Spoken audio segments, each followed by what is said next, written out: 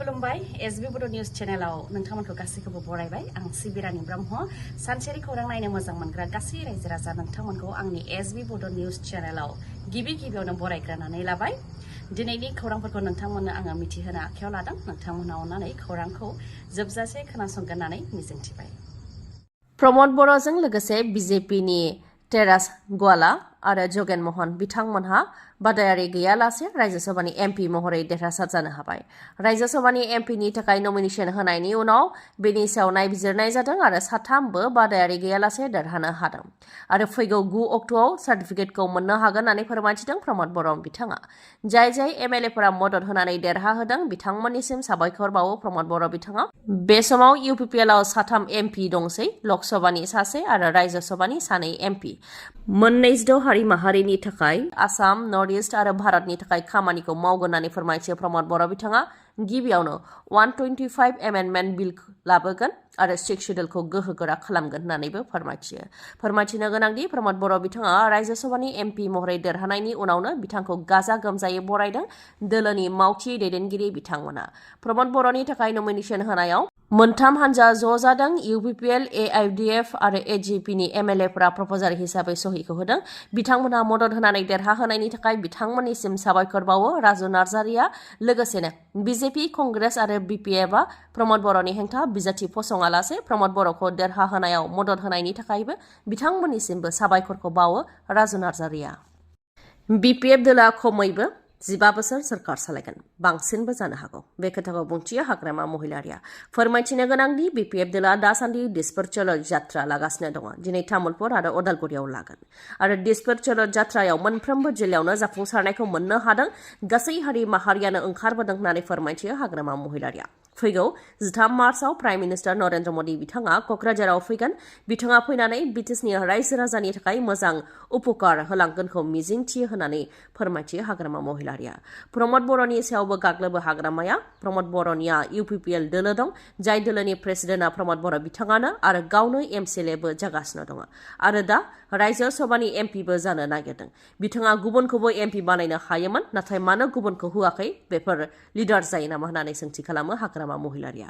जुदि बिटिसि ओनसोलाव medical college बा बायदि जौगानायनि खामानि मावनो गोनां जायोबा बेखौ बिटिसिआसो बानायगोन, राज्यसभाया बानाया होननानैबो बुंथियो हाग्रामा महिलारिया। खारबाय थानाय गंसे स्कुटियाव हरखाबै रोहो रोहो अर जोंब्लावदों, जायनि जाहोनाव स्कुटियाव गाखोनाय 2 लाइमोना अरजों खामजानो गोनां जादों। मुंफोरा फारियै धनज्योति राय आरो नयन राय, 2बो जिउ खोमानो गोनां जादों। मणिपुरनि उदालगुरि कलियापारायाव शिव मन्दिर खाथिनि लामायावनो जानो मोन्दों बे जाथाया। स्कुटिखौ सालायबाय थानाय समावनो स्कुटियाव हरखाबै अर जोंब्लावदों, जायनि जाहोनाव स्कुटियाव गाखोनाय 2 लाइमोना अरजों खामथारजानानै जिउ खोमानो गोनां जादों। बे जाब्रबथायनि अनगायैबो क'क्राझारावबो मोनसे गिख्रंथाव मटरसाइकेलनि जाब्रबथाय। गंनै मटरसाइकेलनि गेजेराव गोख्रोङै सौग्रावलायनायाव 4 लाइमोनफोरा गोब्राबै जोखोम जानो गोनां जायो। क'क्राझारनि ब्रह्म बाबा टेक्न' स्कुलनि साखाथियाव जानो मोन्दों बे जाब्रबथाया।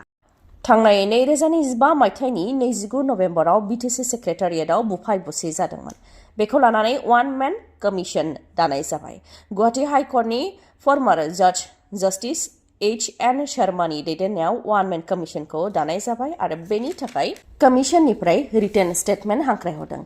जि जाथायफोर जादोंमोन बेनि सायाव government of Assam, BTC government, Bodoland इउनिभार्सिटिनि अर्गानाइजेसन बेफोरनिफ्राय आरो जेनेरेल पाब्लिकनिफ्राय रिटेन स्टेटमेन्ट हांख्रायहरदों।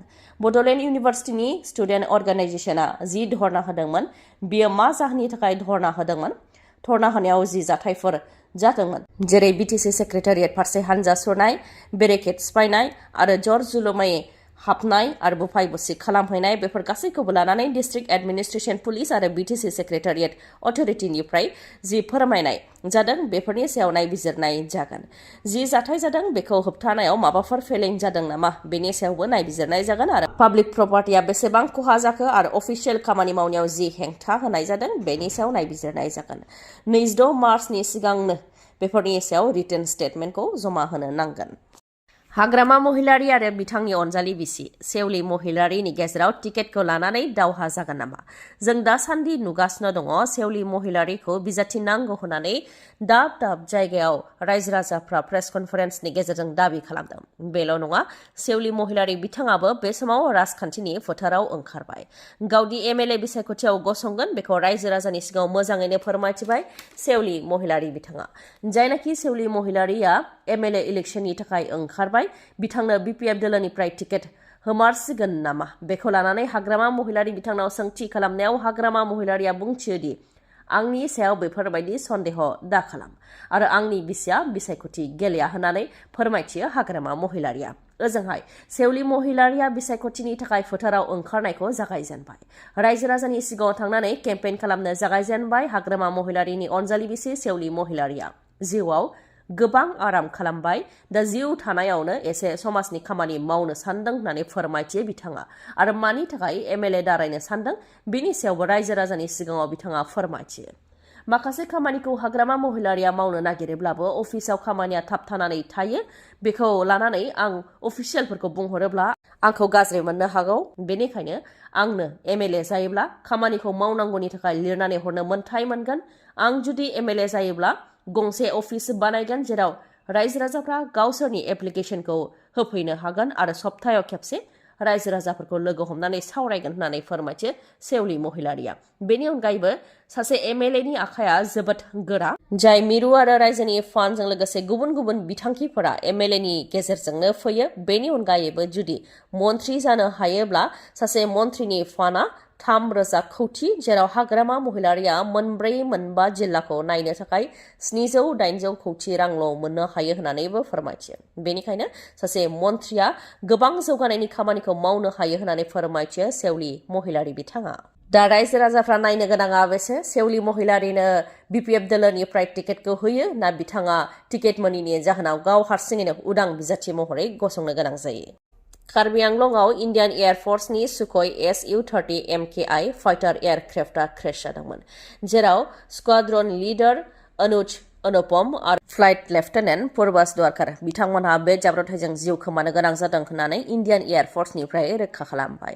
फोरमायथिनो गोनांदि मोनानि 8 रिंगासो समावनो एयारक्राफ्टआ क्रेश जादोंमोन। रिपर्टनि बायदिब्ला जरहाट इन्डियान एयार बेसनिफ्राय टेक अफ खालामनायनि दसे उनावनो राडारनिफ्राय मिसिं जादोंमोन बा गैया जादोंमोन। बेनि उनाव कार्बि आंलंनि हाजो ओनसोलाव क्रेश जानायखौ मिथिनो मोन्दों।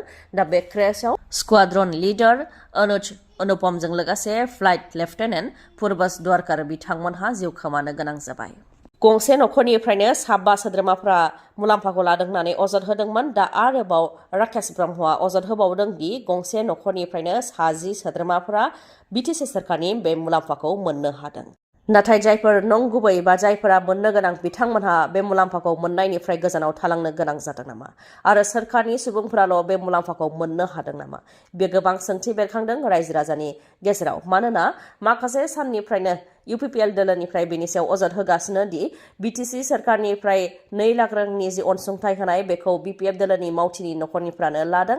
लाइमोनफोरनि मुङाव होनो गोनां 2 लाख रांखौ प्राइमारिनि बोराय बुरैजों लोगोसे नखरनि खाथि सोमोन्दो थानाय सिरियै मोजां मोनखुमानाय गासै नखरनिनो 10 सोद्रोमाफ्रा गासै सोरखारनि 20 लाख रांखौ लादों होननानै फोरमायथियो बा अजदखौ होयो राकेश ब्रह्मआ। बेकार लाइमोनफोरा जाहाथे गाव गावनि आथिङाव गसंथानो हायो बेनि थाखाय बिटिसि सोरखारा लाइमोनफोरनो 2 लाख रांनि अनसुंथाइ होदों। थांनाय माखासे साननिफ्रायनो बिपिएफ दोलोआ बे अनसुंथाइखौ रानगासिनो दङ।